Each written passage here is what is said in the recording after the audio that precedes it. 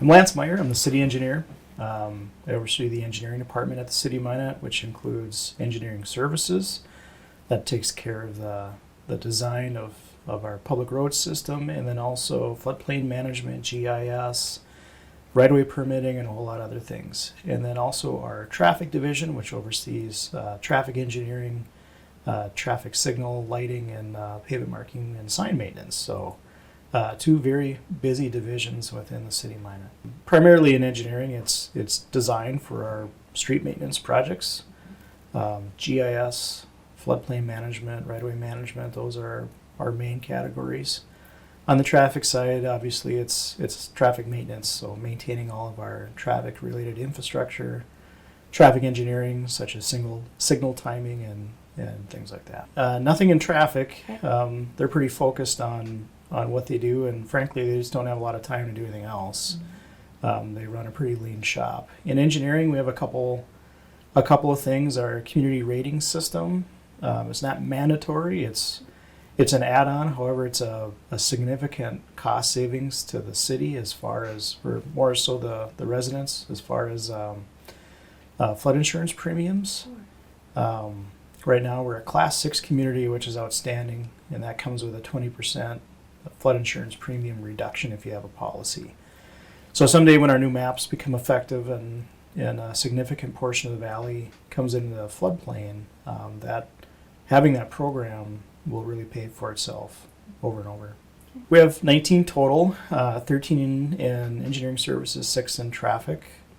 All of them very busy. We in the department, we probably put out, when you combine all the internal work we do, it's probably close to $13 million in activities. And then if you add on all the projects that we manage on the capital side, it can range anywhere from $20 to $50 million a year. It just kind of depends on the year. And then if you add in all the engineering contracts to accomplish all that work for the outside capital, it's even larger. So we're very busy. Wintertime's all about design.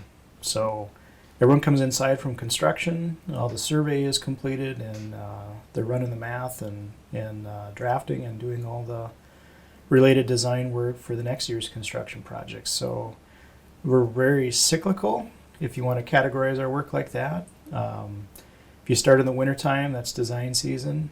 And then in the spring, we get everything bid out and prepared, contracts ready. We have just a little bit of time to do maybe other activities such as as-builts and kind of department planning for the future, that sort of thing. And then construction typically starts in May, goes till September, October, and then we do all the data collection that we need for next year's work. And then come late fall, winter, we're back at design again. So we just keep running in that same cycle. A lot of it's just based on our weather, Sure. right? I mean, we only have certain seasons to build things, so when you're not building something, you're planning, designing for the next construction season. For us, I think the biggest takeaway is a lot of our costs are tied to people, which are then tied to projects. So the more projects we do, the more resources we need to accomplish those. I think we're staffed pretty well. We're maybe a little bit short in traffic. Someday I'd like to maybe add some personnel for Stefan, but as of right now, I think we're doing okay.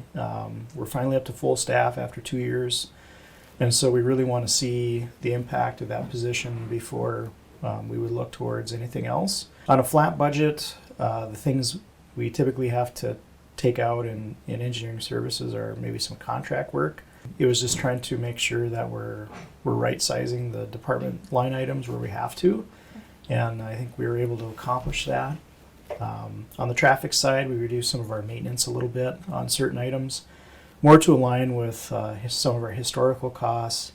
And there's a little bit of risk there if we have some infrastructure that starts to fail on us. However, we've made quite a bit of investment in the last several years with lighting and signals and other things. So I think from a risk standpoint, we're probably going to be okay.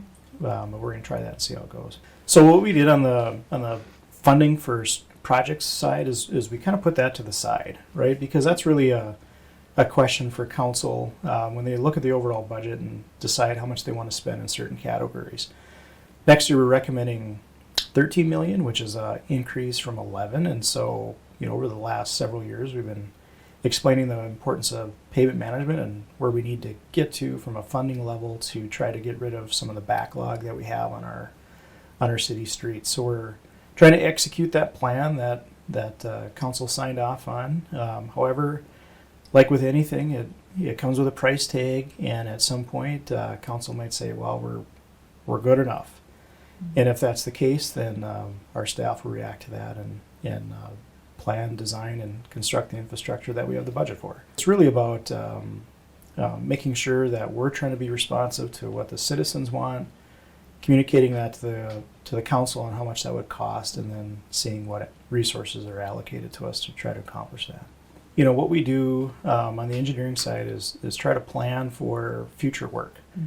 And really a lot of ours revolves around potential for federal funding. A lot of our arterial road maintenance dollars and reconstruction dollars come from the federal government. And the theory there is they want to try to fund the arterial network to try to get traffic to the major highways.